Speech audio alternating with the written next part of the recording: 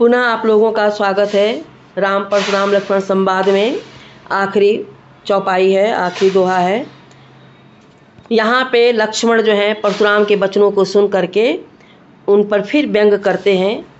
यहाँ पर प्रसंग यही है कि जो परशुराम ने अपने बारे में बताया या बार बार उत्तेजित होकर के लक्ष्मण को मारने जा रहे हैं या अपने गुरु का कर्ज उतारने वाली बात कह रहे हैं, उसको सुन करके लक्ष्मण क्या जवाब देते हैं।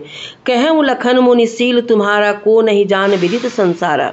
लक्ष्मण कहते हैं, ऐ मुनिवर, आपके स्वभाव को कौन नहीं जानता, को नहीं जान विदित संसारा। पूरा संसार, पूरा विश्व आपके स्वभाव को जानता है, क्योंकि आप बहुत क्रोधी स्वभाव के हैं। मातु पिता ही उरिन भय नी के, गुरु ऋण रहा सोच बड़ जी के। माता और पिता के कर्ज से तो बड़ी सरलता से आप मुक्त हो गए, लेकिन जो गुरु का कर्ज था वही आपके हृदय में चिंता का कारण बना हुआ था। यानी माता और पिता के कर्ज से तो बहुत पहले ही मुक्त हो गए थे, लेकिन गुरु का जो कर्ज था वही आपके हृदय में चिंता का कारण था। सोजन हमारे ही माथे काढ़ा, दिन चली गए ब्याज बड़ बाढ़ा। वो भी सोजनु मानो हमारे ही मत्थे काढ़ा गया था, यानी लक्ष्मण का सिर चाहिए था ना शिव की गुरुदक्षिणा देने के लिए। तो सो जनु हमारे ही माथे का, जनु शब्द आ गया उत्प्रेक्षा अलंकार है। सो जनु हमारे ही माथे काढ़ा, दिन चली गए ब्याज बड़े बाढ़ा। मेरे ही सिर के लिए वो कर्ज लिया गया था, अब तो बहुत दिन हो गए तो उसका ब्याज भी बहुत बढ़ गया होगा। अब आनी व्यवहारिया बोली, तुरंत देव मैं थैली खोली। कहते हैं कि अब आइए, अगर व्यवहार से बोली बनाएंगे तो झोला फैलाइए, मैं तुरंत अपना सिर दे दूंगा, अपना मस्तक दे दूंगा। आप गुरु के कर्ज से भी बड़ी सरलता से मुक्त हो जाएंगे, लेकिन आपने कभी व्यवहार तो बनाया ही नहीं। सुनी कटु बचन कुठार सुधारा, हाय हाय सब सभा पुकारा। लक्ष्मण के इस व्यंगपूर्ण वचनों को सुन करके परशुराम फिर से खड़े हो जाते हैं। सुनी कटु बचन कुठार सुधारा, हाय हाय सब सभा पुकारा। यानी लक्ष्मण के वचनों को सुन करके परशुराम जी फरसे को धारण कर लेते हैं।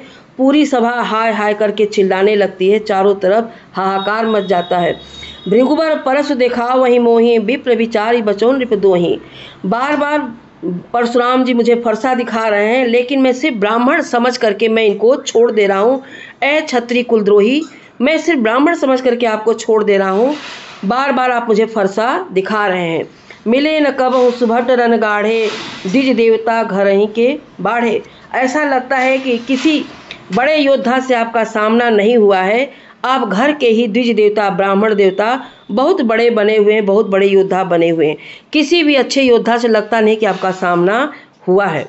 अनुचित कहीं सब लोग पुकारे, रघुपति सैन नहीं लखन निवारे।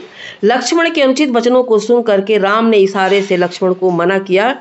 कहते हैं कि लगता है कि किसी बड़े योद्धा से आपका पाला नहीं पड़ा है, नहीं तो इतना जो आप बहक बहक के बोल रहे हैं ये नहीं बोलते। लेकिन जैसे ही लक्ष्मण ने कहा, राम ने तुरंत उनको इशारे से मना किया है, रोक दिया है। यहाँ पर लखन उतर आहुत सरिस, भृगुबर कोप कृषान।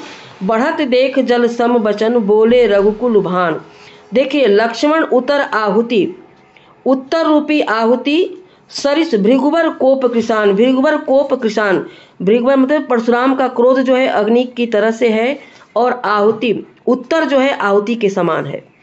तो यहाँ पे रूपक अलंकार, उपमा अलंकार, और फिर दूसरी पंक्ति में बढ़त देख जल सम वचन, बोले रघुकुल भान, यानी जल के समान मधुर वचन बोले। यानी लक्ष्मण के उत्तर को सुन करके जो परशुराम जी की क्रोधाग्नि और भड़क उठ रही थी, वो ऐसे समय में राम के जल के समान मीठे वचनों को सुन करके उसको जल बढ़त देख, संवाद को और बढ़ता हुआ देख करके, उनके आवेश और क्रोध को बढ़ता हुआ देख करके राम ने बहुत विनम्रता से उत्तर दिया और उनके क्रोध को शांत किया। बस इतना बच्चों, और कुछ समझ में नहीं आएगा फिर हम प्रश्न अभ्यास में बहुत सारी चीज़ें आपकी क्लियर हो जाएंगी। बस आज इतना ही, आपका ये पाठ पूरा हो गया, राम परशुराम लक्ष्मण संवाद। और प्रश्न अभ्यास में अगले में हम मिलेंगे आपसे, तब तक के लिए विराम।